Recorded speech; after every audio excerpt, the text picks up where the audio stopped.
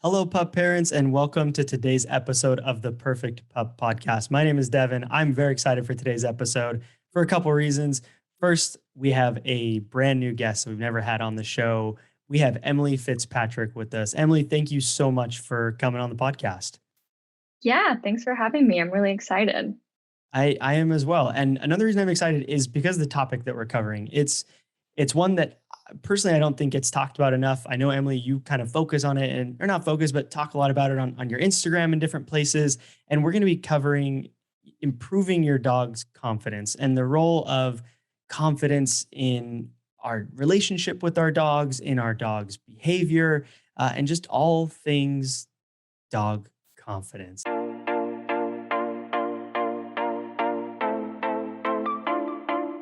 So before we dive into that, just want to give a quick intro on who Emily is, so you know who we're talking to here. Emily is a Victoria Stilwell Academy certified dog trainer and the owner of Misunderstood Mutt Dog Training, and learned earlier that she has been an animal lover pretty much since as long as she can remember.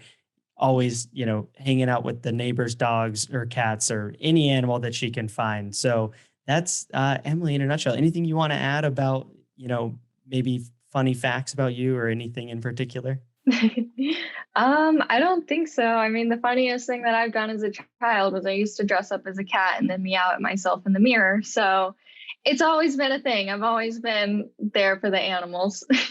I love it. I mean, that's like the most pure form of animal love is like I wanted to be an animal. Truly. I love it. That's awesome. So let's dive into the topic here. Again, like I said in the intro, building your dog's confidence. I think this is one of those things where if you have never experienced working with a shy dog or a rescue or a dog that has confidence issues, it may not be something you think about a ton. But even if that is the case, if you're listening to this and thinking, my dog seems pretty confident or sometimes too confident, this is still going to be important because the concepts behind improving confidence and building confidence in our dogs is going to help even if you feel like your dog already is confident. It crosses all planes when it comes to our dogs and their behavior. So, first things first, when we're talking about confidence, most people know what the word confidence means, but in relation to our dogs and their confidence, what exactly does that mean? Yeah, I think that could be kind of different for every dog too. I think of it in terms of people, everyone feels confident doing different things. So confidence kind of comes from within, feeling comfortable with what you're doing and knowing that you're able to perform the act or whatever it is comfortably and successfully. So I think for dogs, it's a lot of really observing their body language and learning about their body language in general and just seeing how they look and act in different certain situations. I think of it in terms of when your dog is out on a walk, if you look at their body and how they are they upbeat? Is their tail wagging nicely? Do they kind of have that nice little pep in their step and they're happily engaging in everything in their environment? Or do you feel like they're kind of more reserved and their tail is tucked and they're hyper vigilant, looking everywhere and not really able to engage in their environment or engage in you because they're feeling fearful? So when you see your dog kind of doing the other one where they're really happy to engage in everything, that's where I would tap into them feeling that confidence. That makes sense. So, in this sense, the opposite of confidence for our dogs could be shyness or even Mhm. fear, and even just like general hesitation to engage with the world. Like, I guess I'm wondering if my dog is shy, does that mean Mhm. that they just don't have confidence, or are they maybe just nervous about environment? I don't know. Does that make sense? Yeah, no, it definitely makes sense. I would say, a shy dog probably isn't a very confident dog. A lot of dogs are shy and pretty reserved and don't really want to go out and socialize with everybody, which is totally okay. But I feel like if they're feeling that fear, then they probably aren't able to feel that confidence. It's kind of like they're polar opposites of one another. And that's how I see it in my mind. I'm not sure if you kind of see it the same way, where it's like if you're sad, then you're not happy, Mm. if that makes sense. Yeah, no, 100%. So, in with our dogs and their confidence, how does it affect, because I know you said, them being able to engage with certain things around them and, have the confidence to do what we're asking of them. So how have you seen that confidence in dogs correlates with their behavior? And when I say behavior, pretty much everyone's trying to get a well-behaved dog, right? So how does Yes. confidence tie into that?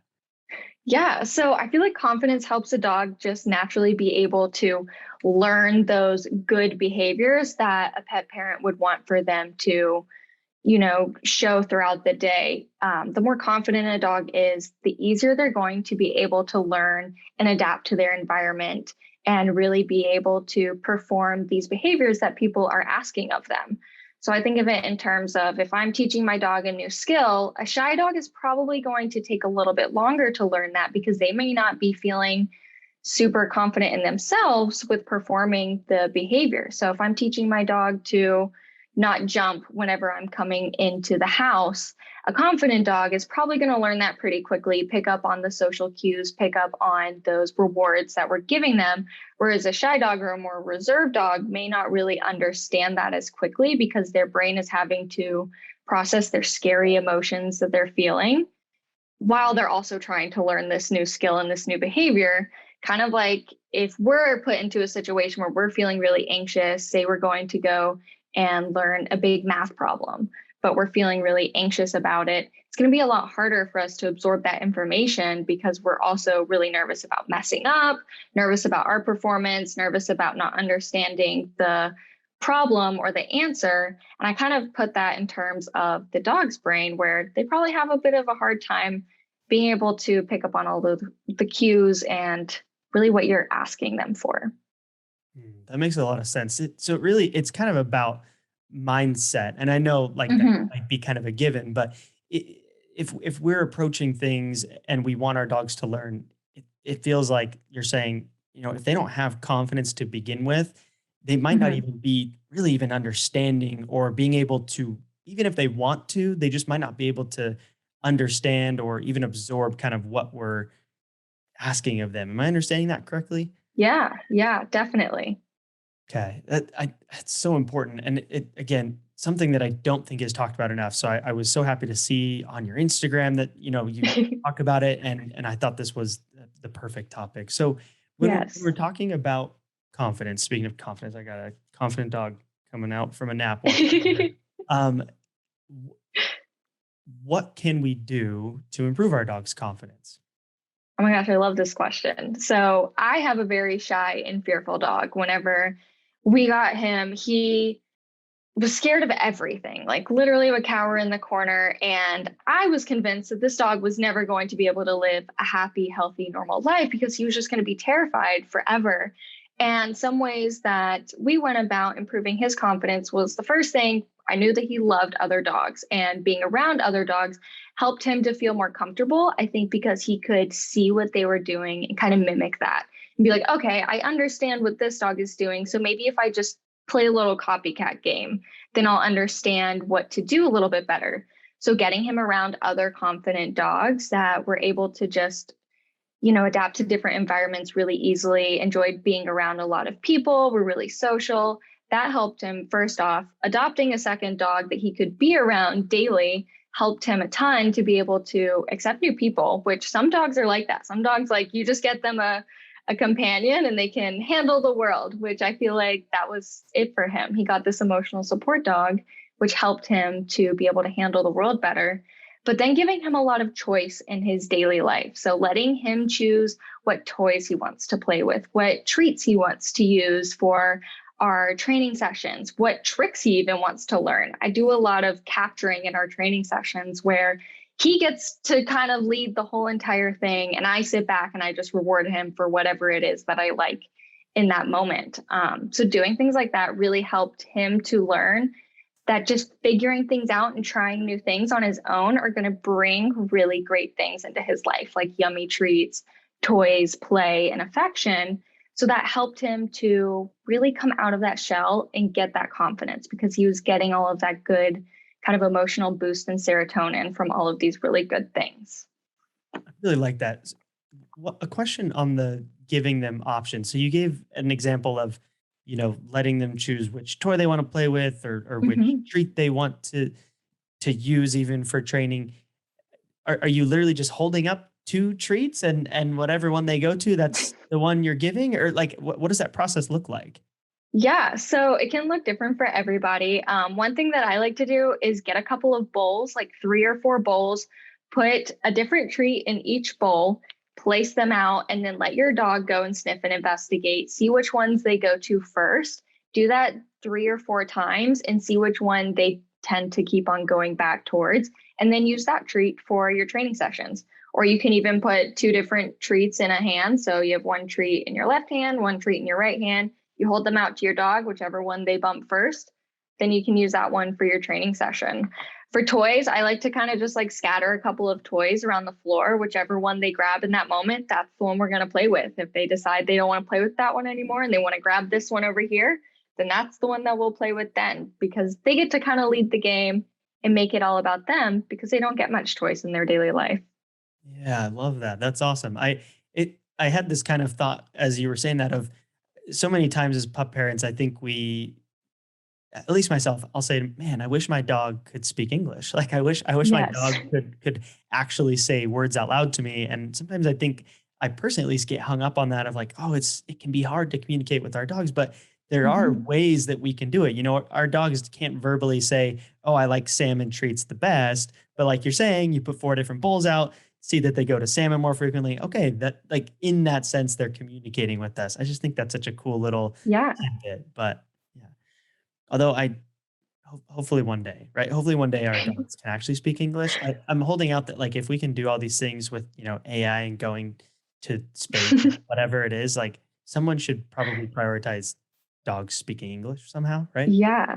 Yeah. It's kind of like, the dog Bunny from TikTok where she pushes the buttons and speaks like that.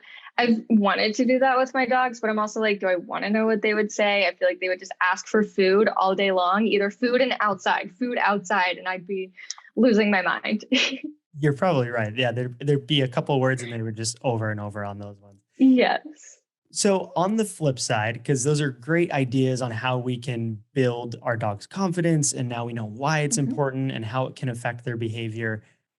What are things that you've seen pup parents do, or other people, or people online, or whoever it might be, that can break a dog's confidence or decrease their confidence?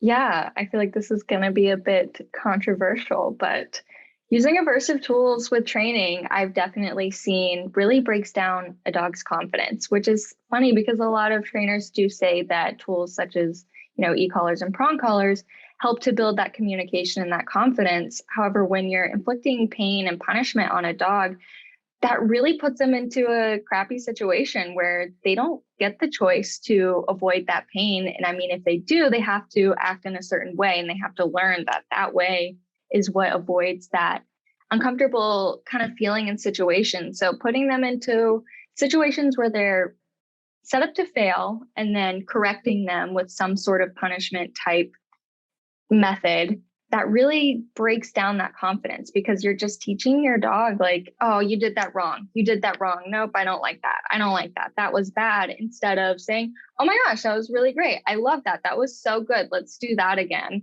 And I kind of think of it as, if we try something new and someone's just in our ear going, wrong, wrong, nope, it's really going to make you be like, all right, I'm giving up. I don't even know what you want from me anymore. And that's really going to kind of tear your confidence down. It really sucks.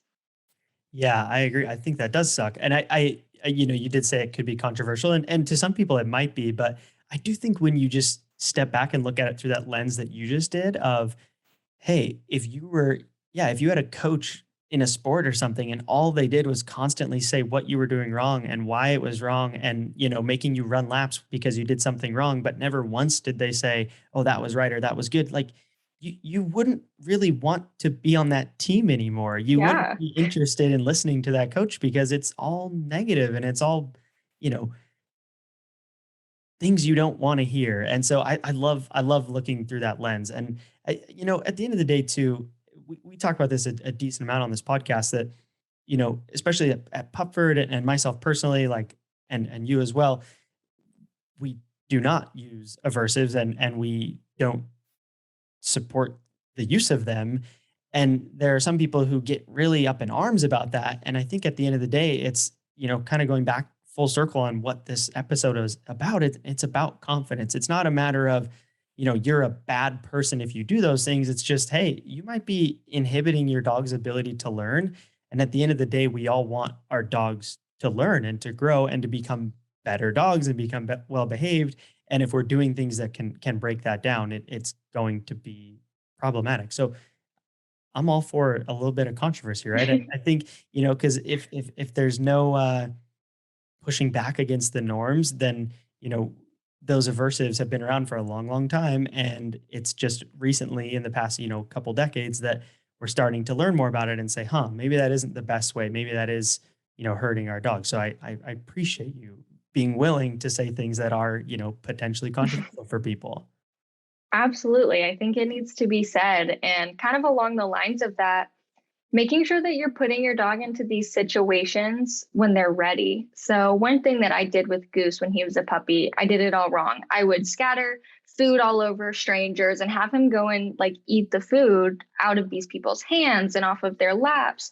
And he was not okay with that. Like, looking at his body language now from my perspective as a professional, his tail was tucked. He was shaking. He was cowering. He was reaching for the food because he really wanted the food, but didn't like that interaction. As soon as he ate the treats, he would run and hide in a corner. Sometimes he would literally pee because he was so scared, but would just eat this food. So some dogs are literally so food motivated that they will go into that scary situation just so they can get that really delicious, yummy food. However, in their mind, they are so scared. So just making sure that you're putting your dog into these situations when they're ready and they're willing and they're comfortable, and not just using food to lure them into something scary, because that can even make the food something scary to them. That can become aversive to them, is using treats as lures because it's forced them to go into those scary situations. Yeah, that totally makes sense. And again, I think it's just so important to, like you mentioned in the beginning, it's different for every dog and every dog is different. And it's important to, as we're approaching as pup parents, how we look at, improving behavior and building our dog's confidence, training the dog in front of us and paying attention to their body language. So maybe kind of one last question on that note. And I know you touched on a little bit, but I do think that, dog body language is, I mean, it's a whole expertise in itself, right? There's so much that can go into it. I know you mentioned, like the cowering and the tail between their legs. Is there any other thing that people should be, or things that people can look out for that might be a signal of, oh, your dog's overwhelmed or shy or Mhm. nervous, or maybe is not confident in a current situation? Definitely. Taking a really good look at your dog's face in those situations, and their ears especially. So, a lot of times when dogs aren't feeling super confident, they'll have a really heavy pant where their mouth is stretched really tight back. You can see all of their teeth, but it's a dry pant. So it's not like their happy, normal, like, oh, I just played and had a lot of fun pant. It's really dry, really rigid, and their tongue is usually pretty straight out of their mouth. Their eyes are typically pretty red. If they're really stressed, they'll get really red eyes, but have whale eye. So you can see all the whites of their eye around them. They're typically looking in multiple different directions, hypervigilance, and just kind of really scanning that environment, having their ears pinned tightly back to their head. That's a big sign that they're feeling pretty fearful. And also just having that body posture, like sitting back away. So a lot of dogs, when they're feeling confident, they're going to be more neutral or more forward with their body. So if you notice that your dog is really kind of pointing their whole body away from whatever it is in the environment that they may be fearful of, it's a big sign that your dog probably isn't super comfortable. If they're cowering away, their tail is tucked, their hackles may be up as well, and their face just looks like, oh my God, I am so stressed. Please get me the heck out of here. Yeah, thank you for giving those extra points. It's really good points, really good things to think about. And like I said, it's something I'm still learning a lot about, and Mhm. it's a complicated topic. So I really like those points that you made. And again, I think, I'll just kind of add my own opinion or 2 cents on all of that in general with our dogs and looking at their body language is if you're feeling like, oh, that like maybe my dog is uncomfortable right now, they probably are. Like I've noticed that for myself that, even if you're not an expert on dog body language, if, trusting your gut and saying, hey, like this situation seems like it could get bad, or this situation seems like maybe my dog is starting to get uncomfortable, but I'm not completely sure. It's okay. Just, you know, get out of the situation if you can. In most cases, Mhm. you can step away and give yourself some space to let your dog, at least breathe a little bit, and then you can kind of reassess as the pup parent. Yeah, definitely. I totally agree with that. And kind of going off of that, these body language cues can happen so fast too. A lot of times it could be a millisecond that your dog shows that whale eye and you may have missed that. So just being really aware of kind of looking at your whole dog and really analyzing them. You don't want to just sit there and kind of stare at them because that may make them a little bit nervous, but really being aware of checking in with your dog and making sure that you understand how they feel, even offering them a few treats to see if they'll easily take food. And if they aren't easily taking food, then they're probably feeling like they're getting a little bit too stressed. And that would probably be a time where you'd want to remove them from that situation again. Yeah, that I love that. That's a great idea. Great thing to remember. I've learned a lot on this episode. I am, you know, my head's kind of running through situations where I'm like, okay, I maybe was, stressing out my dog, or I could have done more to help them be confident. So I hope that listeners, I hope that you have learned something from this episode as well, and that you've hopefully you're feeling more confident in your ability to help your dog feel confident as well. So thank you so much, Emily, for coming on this episode, and for teaching me and teaching pup parents about building their dog's confidence. Yeah, thanks for having me. This was really fun. And I feel like it's a really important topic for people to be aware of.